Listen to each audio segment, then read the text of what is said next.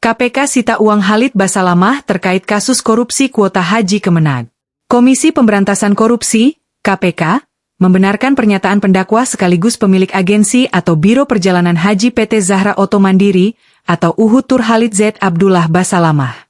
Uang tersebut disita penyidik KPK untuk dijadikan barang bukti dalam kasus dugaan korupsi kuota dan penyelenggaraan haji 2023-2024 di Kementerian Agama, Kemenag. Informasi ini dibenarkan oleh Ketua KPK Setio Budianto, dan uang tersebut masih dalam proses verifikasi.